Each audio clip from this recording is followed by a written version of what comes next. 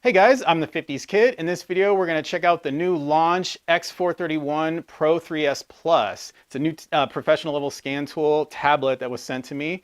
We're going to check it out in this video. I'm going to try to do as detailed a review as I can on it. So I'm going to show you like all throughout the menus, and we're going to try to apply it on two different cars and see if we can see what it looks like to kind of diagnose things and check out data and all that stuff. So we're going to get super detailed, but I'll put chapter markers in this if you want to kind of skip around all the different things. Anyway, let's get started. Like I said, this is a professional level tool. It comes with a whole bunch of different adapters for all various kinds of cars. So far, I've only ever needed just the Bluetooth dongle straight into the OBD2 port. But if you have, this is for like an older BMW right here, and I actually have no idea what all of these other adapters are for. I think they're mostly for older cars, but if that's what you have, this will cover it. I think mostly they give you this giant box just to kind of make it look impressive, but it has it. The only thing that's really important though are the tool and the USB dongle or the Bluetooth dongle for the OBD2 port. All right, now when you buy a tablet like this, it usually comes with about a year or two of free updates. I believe now it's a year of updates. So I'll be able to update all the software and get, the newer cars supported. So again, this is the most important if you are like a professional tech and you're seeing all the brand new cars and you need to be able to diagnose those. So the updates are important to you for that reason. But if you're just working on older cars, it's not as important.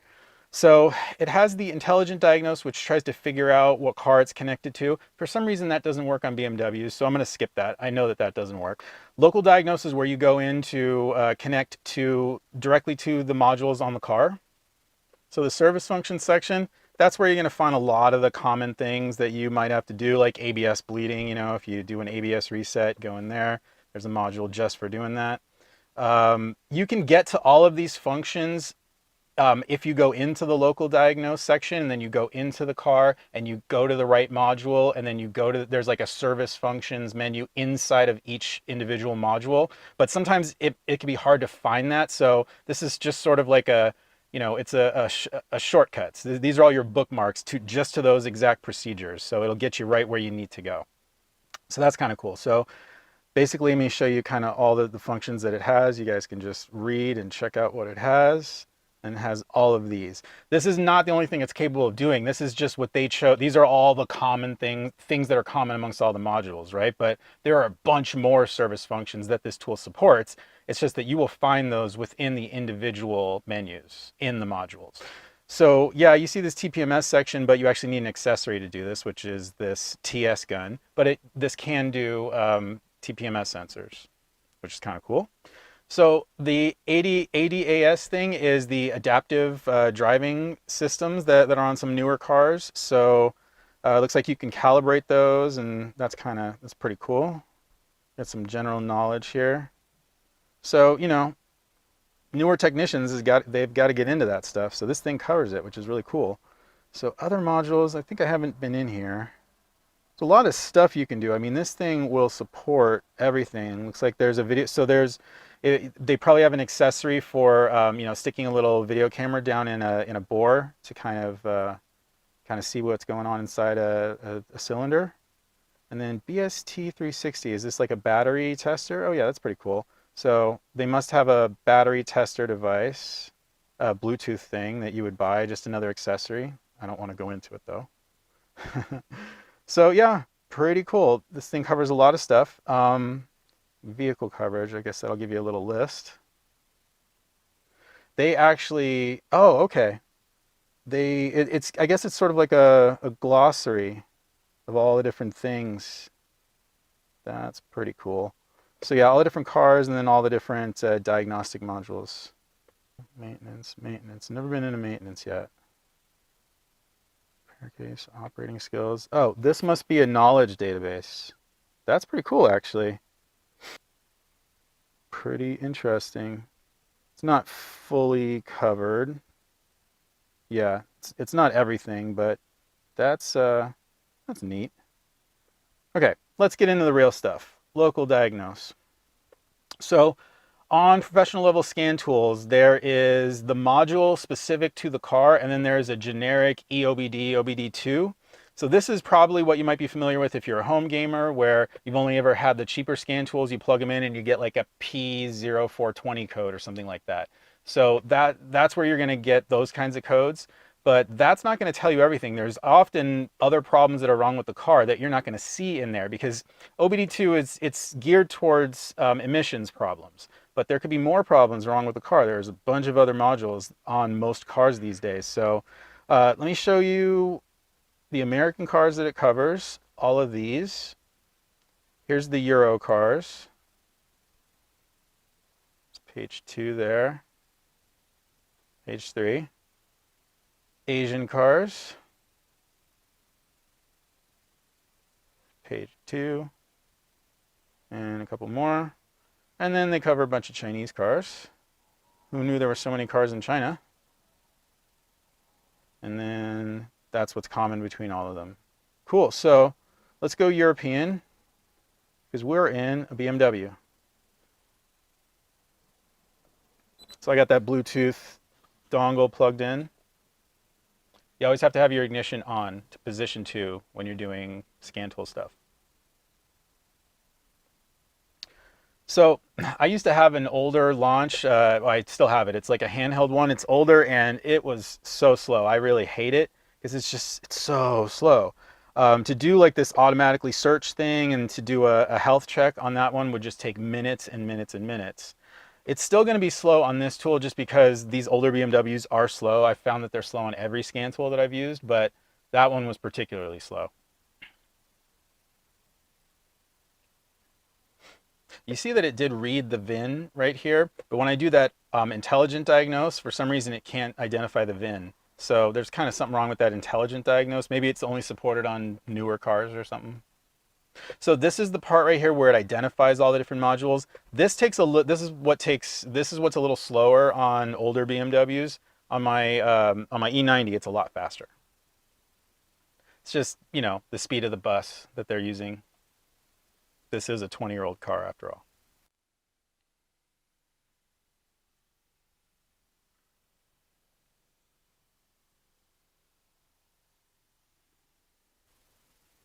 So that took about a minute. And in here we can do a health report, which is going to scan all the DTC codes on all the modules and just tell me, it'll zero in on all the problems. Or we can just scan a particular system if you kind of know. You can do system selection, or you can do the system scan and, you know, find the module and go into a specific module. So health report, let's just try that. This is what would take minutes on my old Launch. It's actually a lot faster on this one.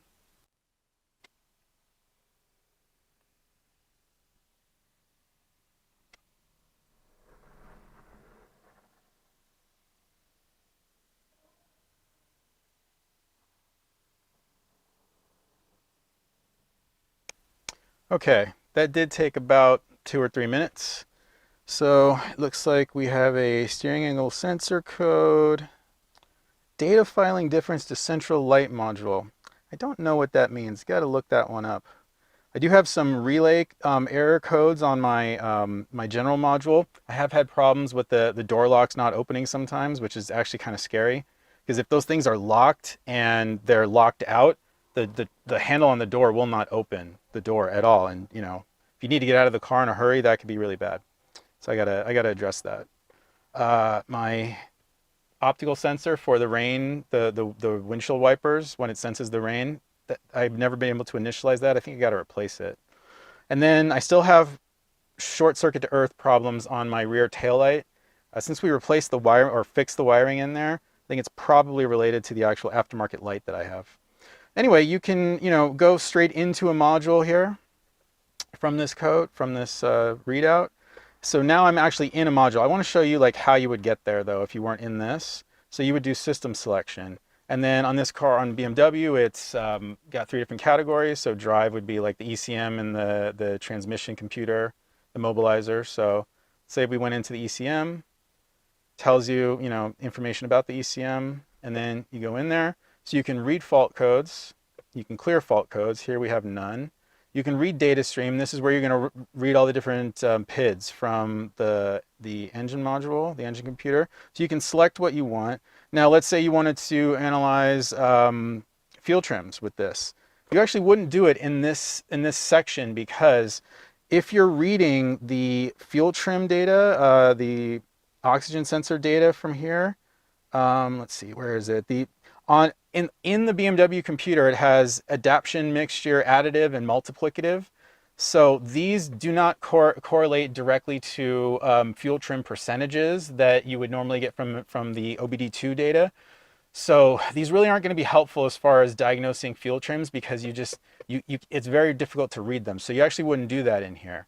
On other cars, you could do it here. Normally they would give you the same data that you would get on the OBD2 side, but in this particular computer, or with this particular car, you just can't get it that way. But you can get a lot of other data this way. So we can see here's Vanos data. That's actually really helpful. That's something you cannot get on OBD2 data. So why don't we go ahead and start the car and see what this looks like.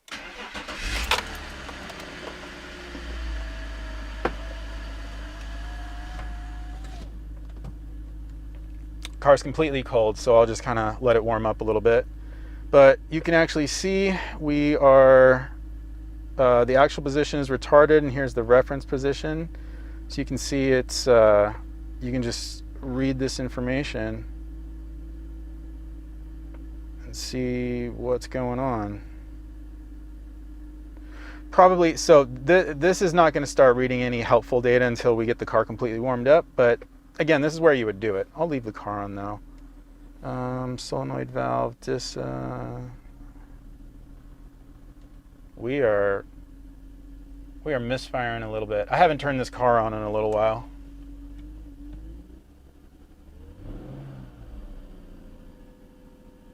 Car's been sitting for like over a month. So, oxygen sensor heater, you can tell if your heaters are working. You can also get this on OBD2 data as well. Why is it giving you percentages? That's interesting.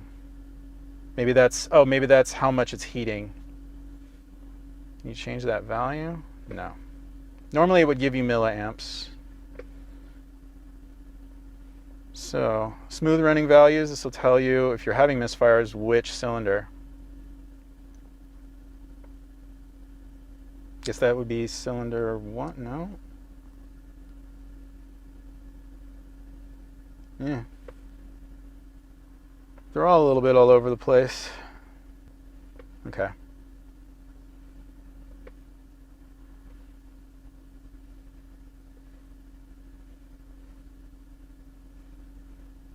So, various different values. See what we see in here.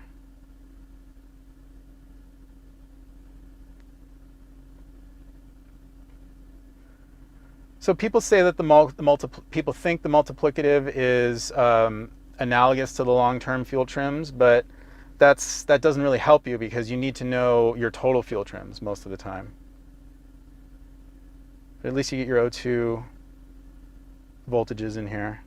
You can also see amperage or millivolt, voltage or millivolt.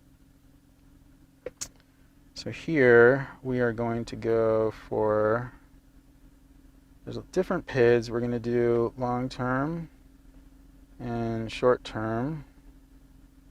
And it's always had these other PIDs right here, and I think these are the wrong ones.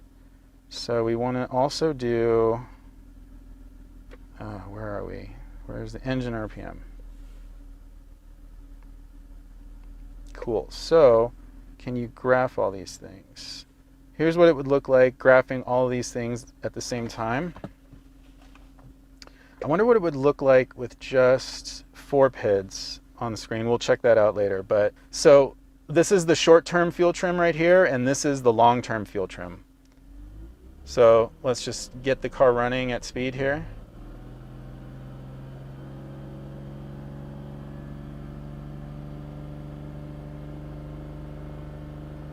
You can see we're good. You know, -5. Here's bank 1 and 1. So we're under 5% here. We're about 2% here. This is about, 2 or 3, sometimes 1. Now we're back to idle. You can see we're around the 3 or 4 area. Here we're about 6 now. Now we're about 6. So we're a little bit leaner at idle than when we're running. Oops. You can zoom in on one of these. That's actually cool. So you can look at something up close. Cool.